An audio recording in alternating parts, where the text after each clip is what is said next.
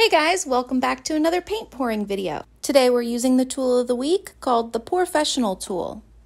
First, you want to mix your paint by the formula you see on screen. If you want to have more cells, of course you can always add silicone to any of the colors. That formula works really good for ring pours or infinity pours. Basically, adding the glue makes it a little thicker and holds everything together. Okay, and once it's filled up, I like to go ahead and move anything out of the way so I don't knock it over as I'm pouring. You're going to be really focused when you start to pour this paint out. All right, so don't be discouraged when you first pour the paint. It doesn't actually make any pattern yet. You have to continue on and just letting the paint kind of come out. I have used this tool dozens of times, and every single time it surprises me. As you can see, I am now making little small circles just right in the center, trying my hardest to keep the paint right in the center each time.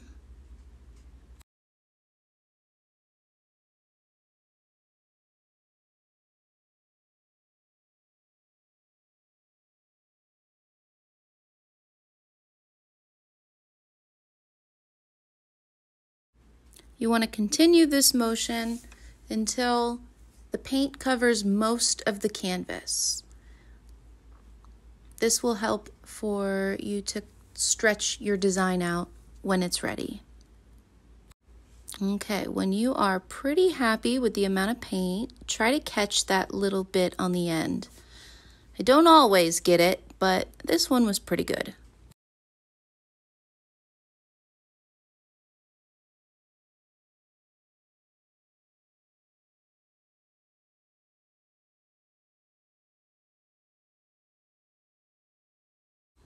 Now I'm adding a little bit more paint around the edges just to ensure that it's going to help move along my paint.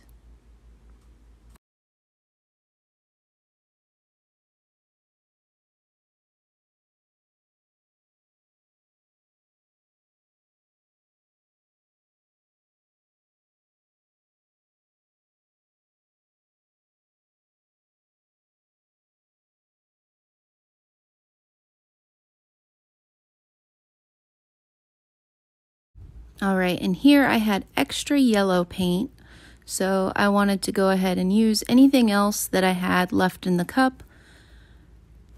I was pretty sure that when my design stretched out, it would cover up all of this. Now do your best not to be impatient during this part. You don't want to stretch out your design too quickly. I started by tilting it to the right and then tilting it to the left. You basically want to do equal and opposite shifting of the paint if you want to keep somewhat of that center design. All right, I'm going to stop blabbing so you can watch me stretch out the rest of this painting.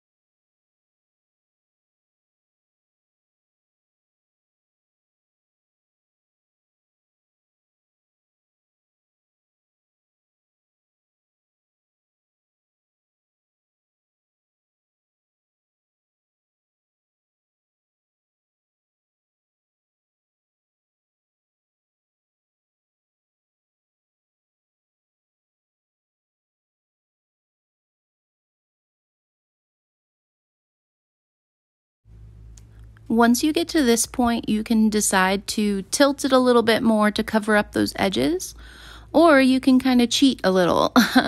I liked the way that this pattern looked the way it was, so I decided to stop here for now. You'll see what I mean later.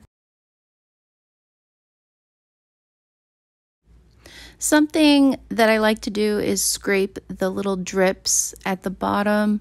It actually doesn't do much as far as keeping your canvas clean, but what it does do is if you like your design, it does not drag your design off the edges any longer.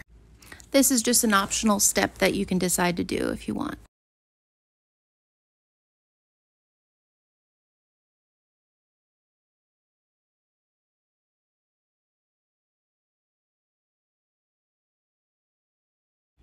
All right, here's where it got a little crazy. I like the design, but I just wanted to add a little bit more dimension to it. If you like chaotic designs, this could be a perfect one for you. However, I don't know if I will do this again. I took cell activator and started to create this pattern. I just wanted to break it up a bit. It got a little chaotic, but overall, I think I'm pretty happy with the end result. Do you ever have a painting that you really like and then you go through a process where you're kind of angry at it and then you decide to like it again? I was super determined to make myself happy with this one. So I decided to take a toothpick and run it through these white lines to kind of break up the pattern even more. If you want to try this technique, it's super fun, very relaxing. Just remember to wipe off that toothpick every single time you put it back into the painting. So in between, you can't see it, but I'm actually wiping the toothpick every single time. All right, when you decide you are done, you are done. That's one of the best things about abstract art. You get to decide how the final result looks. Thanks for watching.